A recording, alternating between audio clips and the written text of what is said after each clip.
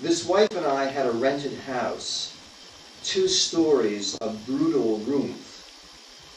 The air conditioner required a bucket underneath it. Our meals were the cheapest of meats, thinly veiled. My best friend had some uncomfortable rooms above a garage. We took down hours with our talk.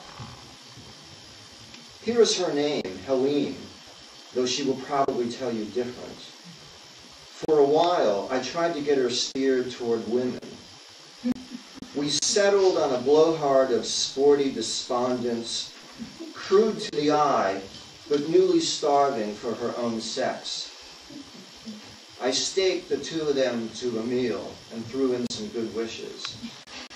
She came home ebbing in all essences, looking explored and decreased. She wanted to know about my best friend. I told her that he and I fell onto each other more in sexual pedantry than out of affection. That our life together did not grow on us or chew away at our hearts. His body was just profuse foolery. 38 years of picked-over, furying age she was. Brittled hair, a bulwark forehead, a voice that sounded blown through. There were hidey holes in whatever she said.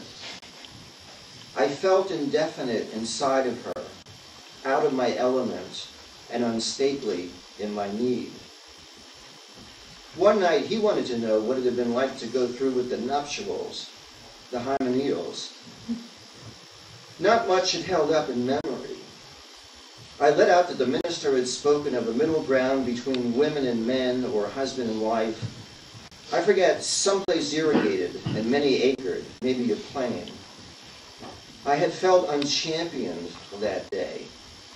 The minister got me alone at the reception, snapped his fingers and said, "This better not have been just some skit."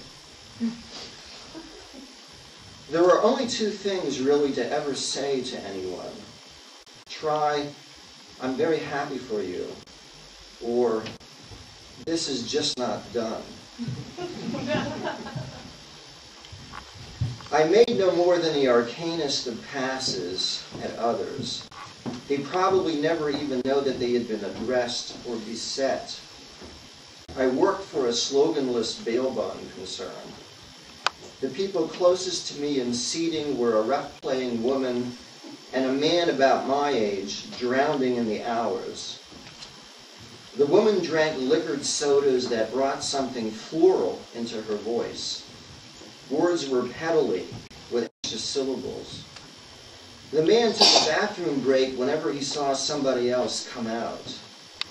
Maybe he found something ingratiating about being in there so soon after anything dirtily human had been done.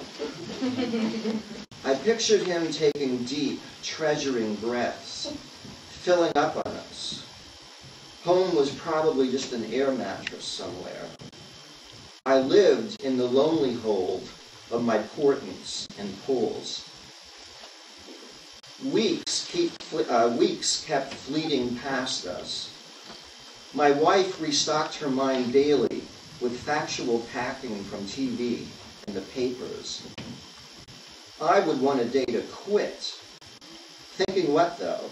That the one rising behind it might have a more encouraging bone structure in its hours, or at least be calibered better for my regrets? But then one night she wanted to know how she might recognize my friend on the street. I spoke of the ordering of creases above his eyes, the general tempo of both his blinks and his nostril flarings, the pitch and range of his arms, the usual drift of the rib that slid about inside him. But nothing eased for her or for me. My parents were still alive, still short on marvelry, still saying, "We're all he has." I had a sister, too, drying out again in a tedium of debt somewhere. She was an acre, patient but baneful in her morbid sweats. I thus sing the praises of my kind, But more often I just look for signals in the faces of grocery cashiers who are required to say hi. Women mostly, over-evident in their agony, features miseried, it must be, by hitches in the upbringing of their men. We tried pets, my wife and I. Bought a dog at cost, then a budget cat.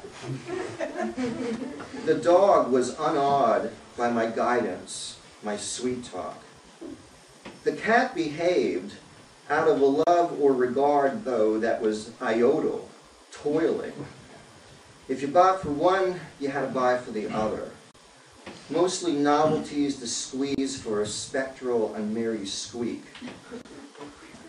I wish I could remember whether they bailed on us or just died, overfed. Another generation had shot up behind us anyway. I had heard about these persons, that they were handling things differently.